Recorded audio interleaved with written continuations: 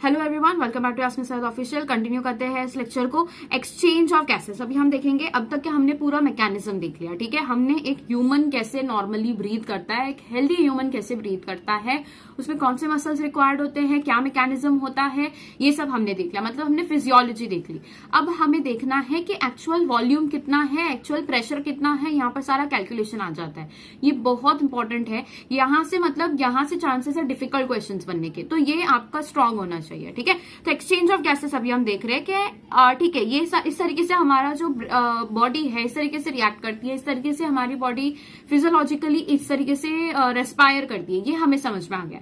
अब एक्चुअल में कौन से वो ठीक है, कितना नॉर्मली हम हमारे एनवायरनमेंट में कितना प्रेशर देखते हैं, हमारे लंग्स के अंदर कितना प्रेशर होता है, यहाँ से वो सारी चीजें आ जाती है, ठीक है। तो एल्वियोला या the primary site of exchange of gases, हमें पता है कि हमारे जो है लंग्स के अंदर ऐसी क्या चीजें हैं जहां पर एक्सचेंज हो रहा है एक्चुअल में गैस का। लंग्स तो इतने बड़े लंग्स होते हैं हमारे पास में, ठीक है, काफी बड़े साइज के होते हैं। तो ये एक्चुअल में उनके अंदर कौन सी वो चीजें हैं, तो दीज आर योर एल्वियोलाई, जो आपके ट्रैकिया से जो फाइनल ब्रांचिंग बन के निकली है, primary secondary tertiary bronchi, then your ठीक है ब्रोंक्यूल्स बन के आए हैं, इनिशियल और टर्मिनल ब्रोंक्यूल्स, फिर लास्ट में जाके एल्वियोलरी डक्ट बनता है, और ये एल्वियोलरी डक्ट से फिर आपका एल्वियोलाई बन के आता है। तो these are the primary sites of the exchange of gases. तो हमारा एक्सचेंज जो होता है गैसेस का, that does not take place in trachea, not in your primary bronchi, secondary tertiary में भी नहीं होगा, ब्रोंक्यूल्स में भी नहीं होगा, एल्वियोलरी डक्ट के अंदर भी, एल्वियोलाई डक्ट के अंदर भी ये एक्सचेंज नहीं हो रहा है, वहां पर ट्रांसपोर्ट हो रहा है।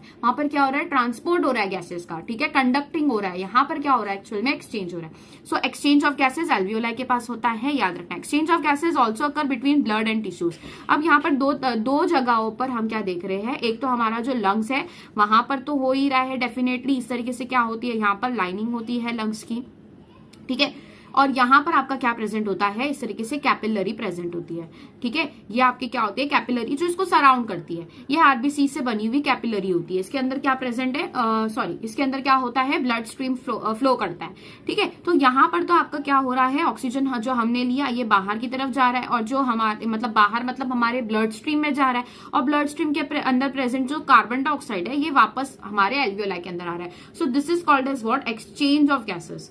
यहाँ पर क्या हो रहा है, एक्सचेंज ऑफ गैसेस हो रहा है। अब दूसरा एक्सचेंज ऑफ गैसेस हम कहा देखते हैं, यहाँ पर सपोज करते हैं कोई टिश्यू प्रेजेंट है, ठीक है, इस तरीके से कोई टिश्यू प्रेजेंट है। ये टिश्यू सपोज करते हैं हमारे हर एक ऑर्गन के जो होते हैं, स्प्लीन का समझ लेते हैं, या फिर समझ लेते हैं ये लीवर का टिश्यू है। अब लीवर भी मेटाबॉलिज्म कर रहा है, उसे भी एटीपी रिक्वायर्ड है। तो यहाँ से जो भी एटीपी बनने के लिए प्रोसेस हुआ, पूरा एटीपी फॉर्मेशन हुआ, उसके साथ साथ ये एटीपी यूज होने के बाद में कार्बन डाइऑक्साइड भी रिलीज हुआ। जो भी मेटाबॉलिज्म हुआ वहां पर कार्बन डाइऑक्साइड भी रिलीज हुआ, ग्लूकोज का ब्रेकडाउन हो जाता है, प्रोटीन्स का ब्रेकडाउन हो जाता है, तो वहां पर भी क्या हो गया, ठीक है, कार्बन डाइऑक्साइड रिलीज हो गया। अब यहां से जो कार्बन डाइऑक्साइड रिलीज हुआ है इसको कौन लेगा, तो यहां पर भी हमारी क्या प्रेजेंट होती है, ब्लड कैपिलरीज प्रेजेंट होती है। यहां पर भी क्या प्रेजेंट होती है, ब्लड कैपिलरीज प्रेजेंट होती है, बारीक बारीक जो हमारे हमारी वीन्स और आर्टरीज का जो पूरा सर्कुलेटरी सिस्टम बना है, उसके अंदर काम क्या है, जो हमारा जो ऑक्सीजनेटेड ब्लड है वो हर एक ऑर्गन हर एक टिश्यू तक पहुंचे, वहां से जो डीऑक्सीजनेटेड ब्लड है वो वापस हमारे हार्ट की तरफ जाए, ताकि वो ठीक है लंग्स में जाके ठीक है उसका डिटॉक्सिफिकेशन हो सके। तो यहां पर क्या हो रहा है, ये जो CO2 रिलीज हुआ है, ये CO2 जाएगा इन योर ब्लड स्ट्रीम, ठीक है। और ये क्या है, दिस इज योर, ठीक है, दिस इज योर, अभी इसको मैं रेड कलर से नहीं बनाना चाहिए, ये जो है आपका ये आपका क्या है, डीऑक्सीजनेटेड ब्लड का वीन है, ठीक है। ये क्या है, आपकी डीऑक्सीजनेटेड ब्लड की वीन है, ठीक है। जो वीन्स होती है वो डीऑक्सीजनेटेड ब्लड कैरी करती है। लेकिन अब यहाँ पर हमने सारा CO2 रिमूव कर दिया, वापस से इसको मेटाबॉलिज्म करने के लिए क्या चाहिए, इससे दूसरी ऐसा सोर्स चाहिए जो इसको क्या लाके दे, इसको ऑक्सीजन लाके दे, ताकि ये क्या कर सके, अपना नॉर्मल मेटाबॉलिज्म कैरी ऑन कर सके। तो यहाँ पर जो हमारा ये जो है, this is your oxygenated blood, और ये ऑक्सीजनेटेड ब्लड हमारे किसके अंदर घूम रहा है, आर्टरीज के अंदर घूम रहा है। ये किसके अंदर घूम रहा है, आर्टरीज के अंदर घूम रहा है। So arteries carry what, our arteries carries oxygenated and veins carries deoxygenated blood. तो ये ऑक्सीजनेटेड ब्लड आर्टरी से किसके अंदर आ गया, ये ऑक्सीजनेटेड ब्लड आ गया वापस टिश्यू के अंदर, ठीक है। और जो इसके अंदर का प्रेजेंट CO2 था ये किधर पे चला गया, वीन्स के अंदर चला गया। अब ये जो आर्टरी से यहाँ पर आया, तो यहाँ पर क्या हो रहा है, यहाँ पर भी we can see exchange of gases. यहाँ पर भी हम क्या देख सकते हैं, एक्सचेंज ऑफ गैसेस, क्लियर है।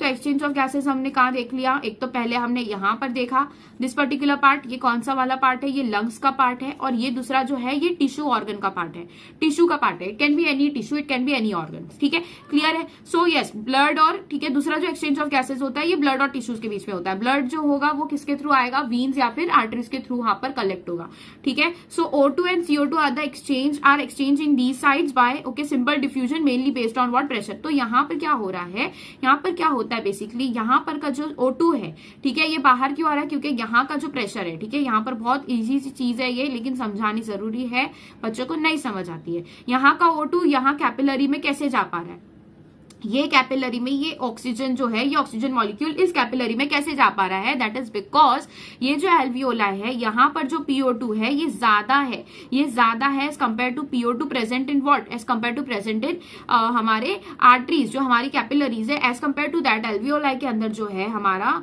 किसका प्रेशर ज्यादा है, हमारे इसका प्रेशर जो ऑक्सीजन का प्रेशर है वो यहाँ पर ज्यादा प्रेजेंट है, ठीक है। तो हमारा जो PO2 है in alveoli that is greater than PO2 in capillary, ठीक है, जो हमारे इसके आसपास जो कैपिलरी प्रेजेंट होती है इसके कंपैरिजन में उसका प्रेशर ज्यादा है। और यहाँ से CO2 कैपिलरी से यहाँ पर क्यों जा पा रहा है, क्योंकि प्रेशर ऑफ CO2 इन हमारा जो कैपिलरी है, कैपिलरी के अंदर जो प्रेशर है CO2 का वो ज्यादा है as compare to PCO2 in alveoli. Alveoli के अंदर क्या होता है, ठीक है, कैपिलरीज या फिर हमारे बॉडी, हमारे जो हमारी जो आर्टरीज है, वीन्स है, उसी कंपैरिजन में क्या होता है, हमारा जो PCO2 होता है ज्यादा होता है as compare to what alveoli, ठीक है, समझ में आ गया। इसीलिए at from higher pressure to lower pressure जा रहा है, मतलब क्या है, from higher concentration gradient to lower concentration gradient जा रहा है, समझ में आ गया। प्रेशर ज्यादा कब होगा, जब उसका उसके मॉलिक्यूल ज्यादा प्रेजेंट हो गया, मतलब उसका कंसंट्रेशन ज्यादा हो गया, क्लियर है, ठीक है। अब वही टिश्यू के बारे में बात करें तो टिश्यूज के अंदर मेटाबॉलिज्म से बहुत सारा CO2 रिलीज हो गया, ये CO2 को बाहर फेंकना है, मतलब यहाँ पर क्या हो गया, PCO2 का जो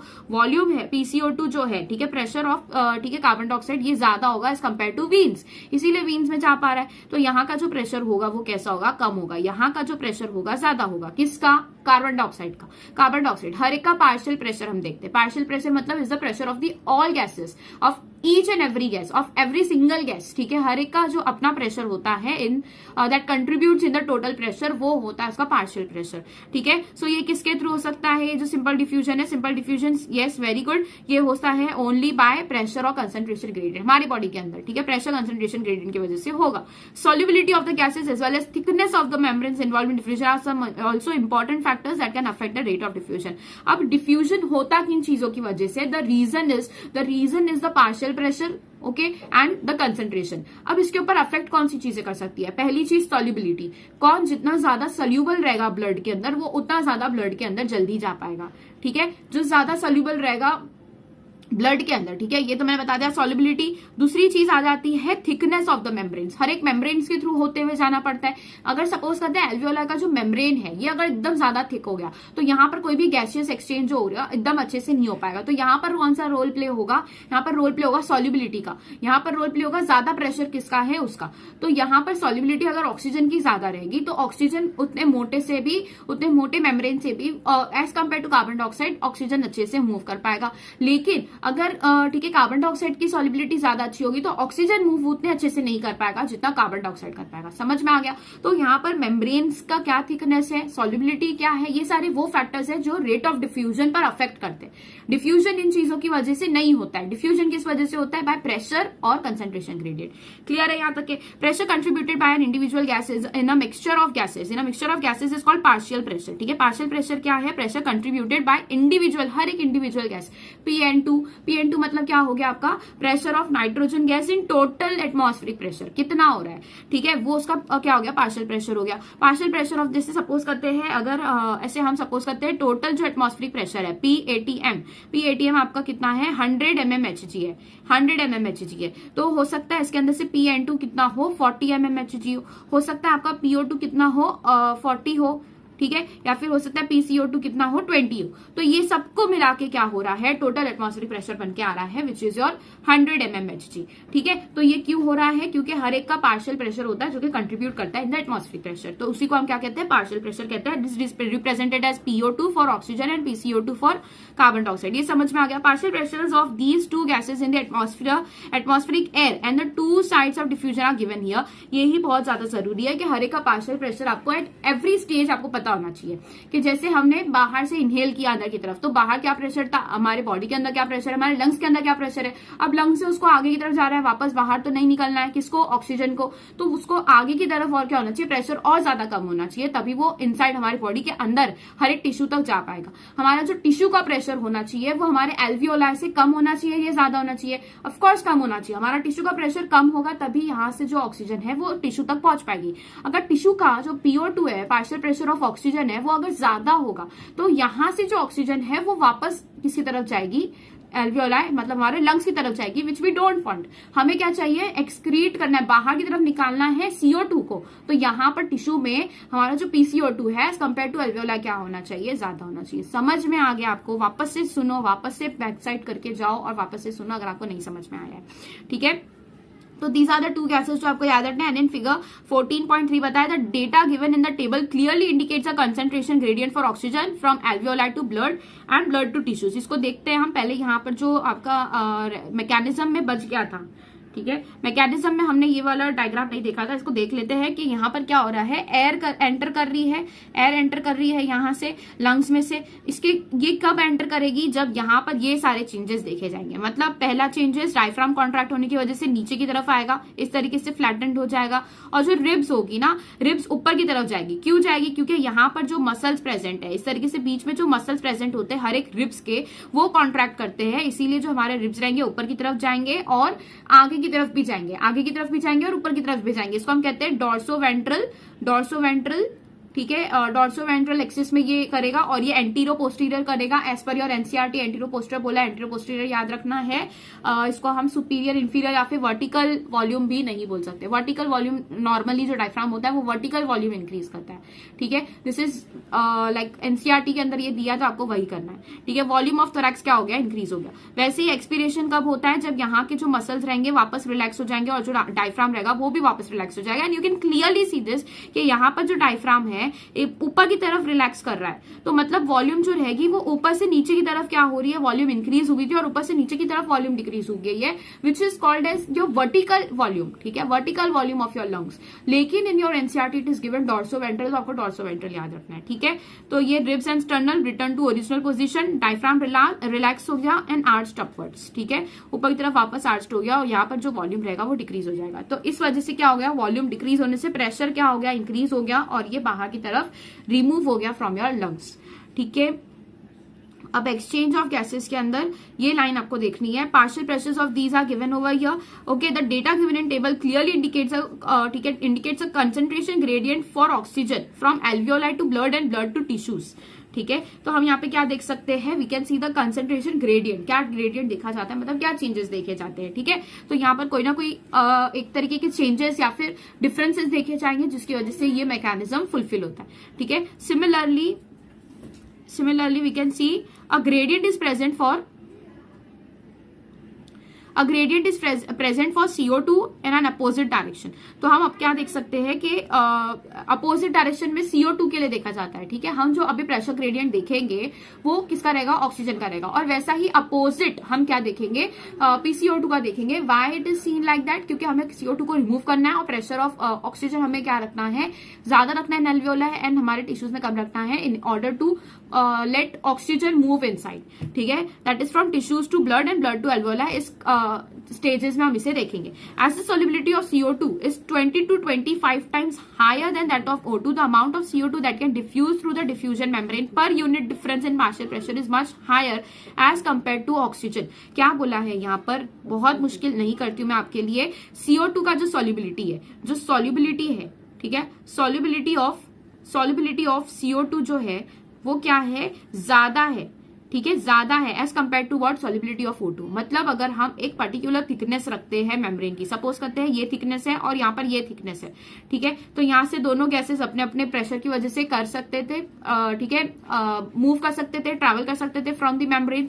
लेकिन अब यहाँ पर अगर मैंने मेम्ब्रेन सपोज करते हैं थिक हो गया है, काफी ज्यादा थिक हो गया है, तो यहाँ पर अब PCO2 प्रेजेंट, यहाँ पर CO2 भी प्रेजेंट है और यहाँ पर O2 भी प्रेजेंट है, और ये एल्वियोलाई वाला पार्ट है आपका, ठीक है। आपको क्या करना है, ऑक्सीजन यहाँ साइड लेनी है और CO2 को बाहर फेंकना है। तो CO2 आपका बाहर जा पाएगा क्योंकि इसकी सॉल्युबिलिटी ज्यादा है, CO2 आपका बाहर जा पाएगा, लेकिन जो ऑक्सीजन है वो अंदर उतने अच्छे से नहीं आ पाएगा क्योंकि उसकी सॉल्युबिलिटी अच्छी नहीं है इनसाइड अवर ब्लड, ठीक है।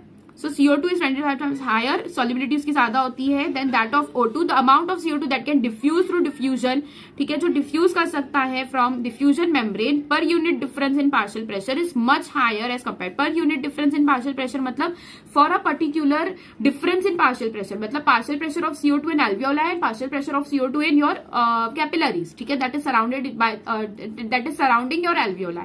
कैपिलरीज जो एल्वियोलाई को सराउंड कर रही है यहाँ पर, और जो एल्वियोलाई है वहां पर, इन दोनों में जो पार्शियल प्रेशर देखा जाएगा कार्बन डाइऑक्साइड का, उनके अंदर का जो पर यूनिट डिफरेंस रहेगा, for every difference that you see, solubility CO2 की ज्यादा होने की वजह से यहाँ पर CO2 जो रहेगा एज कंपेयर टू ऑक्सीजन ज्यादा अच्छे से डिफ्यूज कर पाएगा।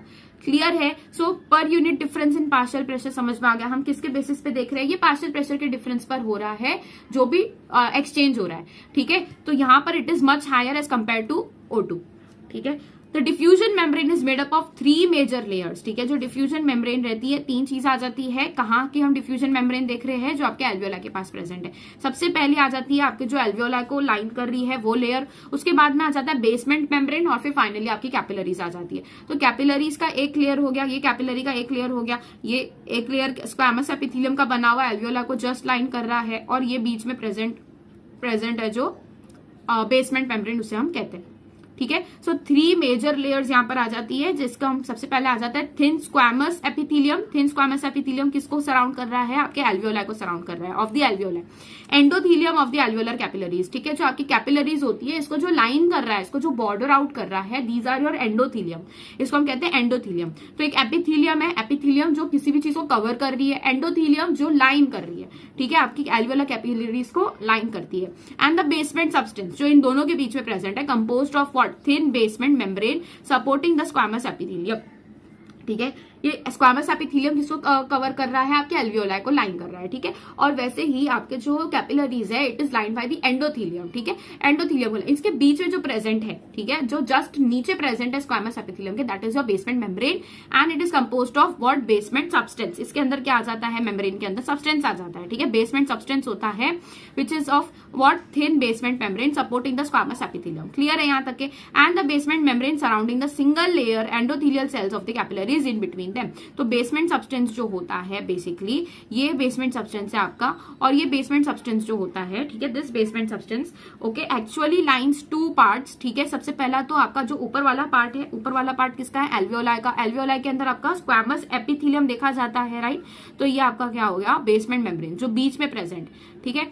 इसलिए यहां पर जो आप देखोगे ऊपर की तरफ आपके स्क्वैमस एपिथेलियम वाला पार्ट आ जाएगा, this is your squamous epithelium, single layer, single cell का लेयर होता है, ठीक है। और दूसरे साइड नीचे की तरफ आप देख सकते हो, you can see here clearly, you can see the endothelium of your capillaries, ठीक है। दोनों को लाइन कर रहा है कौन है, ये basement membrane, okay. However it's total thickness is much less than a millimetre, 1 millimetre से भी कम इसकी थिकनेस होती है। क्यों इतनी कम थिकनेस होगी, ताकि अच्छे से डिफ्यूजन हो सके, ठीक है। Therefore all the factors in a body are favourable for diffusion of O2 from alveoli to tissues and that of CO2 from tissues to alveoli.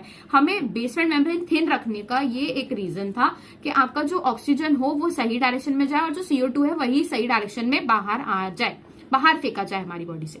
So these are the factors. What are the factors, thin squamous epithelium. यहाँ पर अगर एक मोटा squamous का बना होता, squamous नहीं होता, वहां पर क्यूबॉइडल सेल्स अगर प्रेजेंट होते, सपोज करते हैं यहाँ पर क्यूबॉइडल होते या फिर सीलिएटेड सेल्स प्रेजेंट होते, तो उतना अच्छे से डिफ्यूज नहीं कर पाता। वहां पर एक सिंगल लेयर बना दिया ताकि बाउंड्री भी बन जाए और डिफ्यूजन भी हो जाए, और वही बीच में बेसमेंट मेम्ब्रेन रखा है, ठीक है, ताकि ये दोनों कनेक्टेड रहे। और फिर किससे कनेक्टेड रहे, तो कैपिलरी। कैपिलरी को कौन लाइन कर रहा है, अपना एंडोथीलियम कर रहा है। एंडोथीलियम भी कैसा है, एकदम सिंगल लेयर्ड है, वो भी स्क्वैमस का है, स्क्वैमस सेल से बना है। स्क्वैमस कब बोलते हैं हम, जब फ्लैट सेल सेल्स प्रेजेंट होती है, काफी फ्लैट होती है, उनका जो वॉल्यूम होता है काफी कम होता है। ठीक है, ये किस में काम करती है, तो डिफ्यूजन में हेल्पफुल होती है। ठीक है, तो यहाँ पर एक बार फिर से देख लेते हैं, squamous epithelium of alveolar wall 1 cell thick होती है। दिस इज वेरी इंपॉर्टेंट, एक ही सेल का थिकनेस यहाँ पर देखा जाता है, एल्वियोलर वॉल का भी और आपकी कैपिलरीज का भी। कैपिलरीज के अंदर क्या होते हैं, सिंगल सिंगल आरबीसीज इस तरीके से प्रेजेंट होते हैं, बहुत ज्यादा आरबीसीज नहीं होते। और जो कैपिलरीज होती है, इनकी जो लाइनिंग होती है वो भी किससे की जाती है, सिंगल सेल्स से, फ्लैटेंड सेल से की जाती है, मतलब स्क्वैमस सेल से की जाती है। एंडोथीलियम कहते हैं इसको हम, ब्लड कैपिलरी। यहाँ पर क्या प्रेजेंट है, दीज आर योर आरबीसीज। कैसे है, ये बायकॉन्केव है, as you can see structure में दिखाई दे रहा है, बायकॉन्केव होते हैं। और यहाँ पे क्या है, हमारा कैपिलरीज का ठीक है फ्लूइड प्रेजेंट है, और बीच में जो प्रेजेंट है that is your basement substance, जिसको कौन कवर कर रहा है, बेसमेंट मेम्ब्रेन भी कह सकते हो, बेसमेंट सब्सटेंस भी कह सकते हो, जो कि किसको लाइन कर रहा है, ऊपर स्क्वैमस एपिथेलियम ऑफ एल्वियोलाई है, नीचे की तरफ आप देख सकते हो एंडोथीलियम ऑफ कैपिलरी है। ठीक है, this is your blood capillary, this is your alveolar cavity, जहां से आपका क्या हो रहा है, एक्सचेंज ऑफ एयर हो रहा है। ठीक है, diagram of a section of an alveolus with pulmonary capillary, तो दिस इज योर 1 एल्वियोलस। ठीक है, नेक्स्ट आता है transport of gases. Transport of gases भी इसी लेक्चर में देखना है या फिर नेक्स्ट लेक्चर में देखते हैं ट्रांसपोर्ट ऑफ गैसेस। अभी पहले इसको देख लेते हैं, ये बहुत ज्यादा जरूरी है। रेस्पिरेटरी गैस, कौन से 2 गैसेस देखने हैं, ऑक्सीजन और कार्बन डाइऑक्साइड। अब आपको खुद सोचना है कि एटमॉस्फेरिक एयर और एल्वियोलाई, इन दोनों के बीच में किधर पर कौन से गैस का प्रेशर कहाँ ज्यादा होना चाहिए, कहाँ कम होना चाहिए। हमें एटमॉस्फेरिक एयर से एल्वियोलाई की तरफ किसको लेके जाना है, ऑक्सीजन को लेके जाना है, और एल्वियोलाई से एटमॉस्फेरिक एयर में किसको निकालना है, कार्बन डाइऑक्साइड को। इधर से इधर लेकर जाना है, मतलब यहाँ पर जो प्रेशर होगा ज्यादा होगा फॉर ऑक्सीजन, और एल्वियोलाई में जो ऑक्सीजन का प्रेशर होगा कम होगा। अब एल्वियोलाई से जो है हमें कार्बन डाइऑक्साइड बाहर की तरफ फेंकना है, तो यहाँ पर क्या होगा, कार्बन डाइऑक्साइड का प्रेशर ज्यादा होगा, और एटमॉस्फेयर में कार्बन डाइऑक्साइड का प्रेशर कम होना ही चाहिए। ठीक है, अगर नहीं कम होगा तो instead of expiring carbon dioxide, हम कार्बन डाइऑक्साइड को ही इनहेल करने लग जाएंगे। तो ऑक्सीजन का प्रेशर कितना है, 159, हमारे एल्वियोलाई के अंदर 104 दिया है, तो कम ही होगा 159 से, कितना है, 104 है, जिसकी वजह से वी कैन अंडरस्टैंड कि क्या हो रहा है। यहाँ पर क्लियरली हम देख सकते हैं, यहाँ से यहाँ की तरफ डिफ्यूजन हो सकता है। अब यहाँ पर 0.3 ठीक है mm ऑफ Hg, ये प्रेशर कार्बन डाइऑक्साइड का देखा जाता है इन एटमॉस्फेयर, और आपका जो एल्वियोलाई यहाँ पर 40 देखा जा रहा है। ठीक है, नेक्स्ट आता है ब्लड, डीऑक्सीजनेटेड ब्लड और एक ऑक्सीजनेटेड। ऑक्सीजनेटेड है मतलब यहाँ पर क्या होगा, आपका ऑक्सीजन अच्छी तरीके से प्रेजेंट होगा, ऑक्सीजन अच्छी तरीके से प्रेजेंट होगा, इसको टिश्यूज की तरफ फेंकना है, ऑक्सीजनेटेड ब्लड को टिश्यूज की तरफ फेंकना है, वापस एल्वियोलाई में नहीं लाना है। तो अगर यहाँ पर एल्वियोलाई की तरफ अगर लेकर आ जाते हैं, अगर 95 सपोज करते हैं, यहाँ पे 104 है, 104 से ज्यादा अगर प्रेजेंट होगा तो ये एल्वियोलाई की तरफ आ जाएगा। लेकिन यहाँ पे देखो टिश्यूज में 40 mm ऑफ Hg बोला है, इसीलिए हमारा जो ऑक्सीजनेटेड ब्लड है वो 95, 100 यहाँ तक पहुंच सकता है। ठीक है, लेकिन फिर क्या हो जाएगा, वो अगेन डिफ्यूज हो जाएगा इनटू द टिश्यूज जहां पर भी रिक्वायरमेंट है ऑक्सीजन। ठीक है, और डीऑक्सीजनेटेड ब्लड यहाँ पर 40 होगा। ठीक है, यहां पर जो होगा ना, इससे कम होगा, इससे कम होने की वजह से हमारा जो ब्लड होगा डीऑक्सीजनेटेड ब्लड, वहां पर भी क्या होगा, ठीक है, ऑक्सीजन जा पाएगा। दूसरी चीज, जो कार्बन डाइऑक्साइड है यहाँ पर 40 प्रेजेंट है एल्वियोलाई के अंदर। अब ब्लड जो होगा डीऑक्सीजनेटेड ब्लड, यहाँ पर एज कम्पेयर टू एल्वियोलाई ज्यादा होना चाहिए, कम होना चाहिए, यहाँ पर PCO2 ज्यादा होना चाहिए। PCO2 ज्यादा मतलब 45 है, मतलब डीऑक्सीजनेटेड ब्लड जो है एल्वियोलाई की तरफ we can throw it out. ठीक है, ऑक्सीजनेटेड ब्लड में जो डीऑक्सीजनेटेड ब्लड है उसके कंपैरिजन में ऑक्सीजनेटेड ब्लड के अंदर कार्बन डाइऑक्साइड ऑफकोर्स कम भी प्रेजेंट होगा। ठीक है, तो 45 है तो यहाँ पर 40 प्रेजेंट होगा। ठीक है, यहाँ पर क्यों बोला है कार्बन डाइऑक्साइड कम होना चाहिए, क्योंकि अगर यहाँ पर कार्बन डाइऑक्साइड कम है मतलब ऑक्सीजन ज्यादा है, और ऑक्सीजन ज्यादा है दैट मीन्स तभी ऑक्सीजन डीऑक्सीजनेटेड ब्लड को जाके ऑक्सीजनेट कर पाएगा। और टिश्यूज के अंदर जो रहेगा 45 है, मतलब टिश्यूज और एल्वियोलाई इन दोनों के केस में अगर हम देखें तो टिश्यूज में आपका PCO2 ज्यादा होना चाहिए एज कम्पेयर टू एल्वियोलाई, तभी हम क्या कर सकेंगे। ठीक है, तो यहाँ पर 45 प्रेजेंट है, यहाँ पर एल्वियोलाई में 40 प्रेजेंट है। अब ये क्यों हुआ, क्योंकि यहाँ पर प्रेशर ज्यादा है, यहाँ पर कम है, तभी we can throw it to the alveoli, to your oxygen deoxygenated blood. ठीक है, तो डीऑक्सीजनेटेड ब्लड और टिश्यूज में आपका जो कार्बन डाइऑक्साइड है वो ऑलमोस्ट सेम ही प्रेजेंट होता है। ठीक है, ये आपको समझ में आ गया है, ये भी पार्ट हो गया है, डायग्राम हो गया। एक बार ये वाला डायग्राम भी समझ लेते हैं। यहाँ पर क्या बताया है, ये पूरा डायग्रामेटिक रिप्रेजेंटेशन दिया है कि आखिर एक्सचेंज ऑफ गैसेस कैसे होता है from your alveoli to your every circulatory system. ठीक है, पूरे सर्कुलेटरी सिस्टम। यहाँ पर सबसे पहले याद रखो, ये आपके बॉडी टिश्यूज है। ठीक है, ये आपका क्या है, लंग्स का पार्ट है, ये लंग्स का पार्ट है, मतलब ये आपका एल्वियोलस है, दिस इज योर एल्वियोलस। सबसे पहले स्टार्ट करते हैं हम डायरेक्टली अपने लंग्स से, एल्वियोलस से। उसके बाद में हम भेजते हैं ये डीऑक्सीजनेटेड ब्लड को ऑक्सीजनेट होने के लिए इनसाइड योर हार्ट, और जो ऑक्सीजनेटेड ब्लड है वो भी जाएगा हार्ट में, क्योंकि उसको पंप करना है टू द बॉडी। तो यहाँ से जो भी ब्लड रहेगा वो जाएगा किसी तरफ, हार्ट की तरफ, और जो डीऑक्सीजनेटेड ब्लड रहेगा वो जाएगा किसी तरफ, लंग्स की तरफ। क्यों जाएगा? क्योंकि वहां पर उसको ऑक्सीजनेशन करना है, और जो ऑक्सीजनेटेड ब्लड है वो वापस आएगा इनटू द हार्ट। क्यों? ताकि वो पंप कर सके टू द बॉडी। ठीक है, तो अब क्या हुआ है यहाँ पर, सबसे पहले एल्वियोलर जो एयर है, यहाँ पर इतना प्रेशर है, ये सब हमको याद करना है। This is all based on your memorisation. तो PO2 जो रहेगा वो 104 बोला है और PCO2 40 बोला है। ठीक है, पल्मोनरी वीन है, ये क्या है? This is a pulmonary Wien. Pulmonary Wien जो होती है, इसको रेड कलर का क्यों बताया है थोड़ा सोचो, क्योंकि यहाँ पर ऑक्सीजनेटेड ब्लड प्रेजेंट होता है। ठीक है, तो ये याद रखो, only vein carrying what? Oxygenated blood is your pulmonary vein, और only artery carrying deoxygenated। मैंने बताया आर्टरीज जो होती है इसके अंदर ऑक्सीजनेटेड होता है, वीन्स के अंदर डीऑक्सीजनेटेड होता है, लेकिन the only artery carrying what oxygenated blood, only artery that carries the deoxygenated blood is your pulmonary artery. Pulmonary artery वो आर्टरी है जहां पर डीऑक्सीजनेटेड ब्लड मिलता है, वेरेज इसके अलावा हमारी बॉडी के अंदर जितनी भी आर्टरीज है सब ऑक्सीजनेटेड ब्लड कैरी करती है और टिश्यूज तक वो ऑक्सीजनेटेड ब्लड पहुंचाती है। ठीक है, तो पल्मोनरी आर्टरी जो है इस तरीके से यहाँ पर इसको ब्लू कलर का बताया है। क्यों बताया? क्योंकि यहाँ पर डीऑक्सीजनेटेड ब्लड जा रहा है।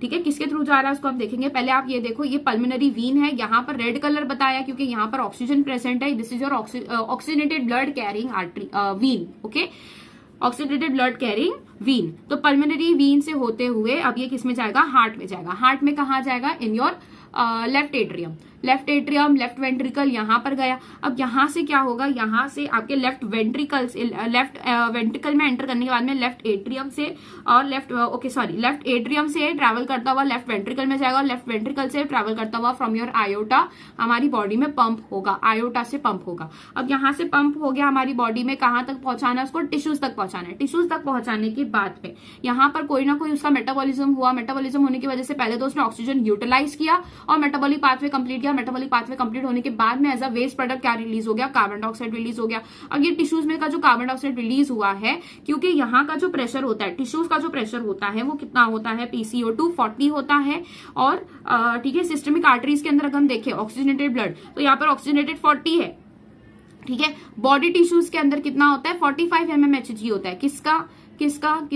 PCO2 का। ठीक है, और यहाँ पर PO2 95 है, और आपके जो टिश्यूज है यहाँ पर 95 से कम होगा ताकि हम ठीक है यहाँ तक पहुंचा सके। ठीक है, तो यहाँ पर क्या हो गया? PCO2 यहाँ पर डीऑक्सीजनेटेड ब्लड जो रिमूव हुआ, यहाँ पर PO2 आप देख सकते हो 45 है, यहाँ पर 40 है। ठीक है, मतलब यहाँ पर क्या हो गया? ठीक है, डीऑक्सीजनेटेड ब्लड, ठीक है, deoxygenated blood carrying systemic veins के थ्रू ये जो डीऑक्सीजनेटेड ब्लड है ये आपके राइट एट्रिया में जाएगा और राइट वेंट्रिकल में जाएगा, और राइट वेंट्रिकल से होते हुए पल्मोनरी आर्टरी में पंप होगा। वहां पर सेमिलुनर वॉल्व्स और ये सारे आते हैं, और वहां से पल्मोनरी आर्टरी से ये लंग्स में जाएगा, वापस से ऑक्सीजनेट होगा।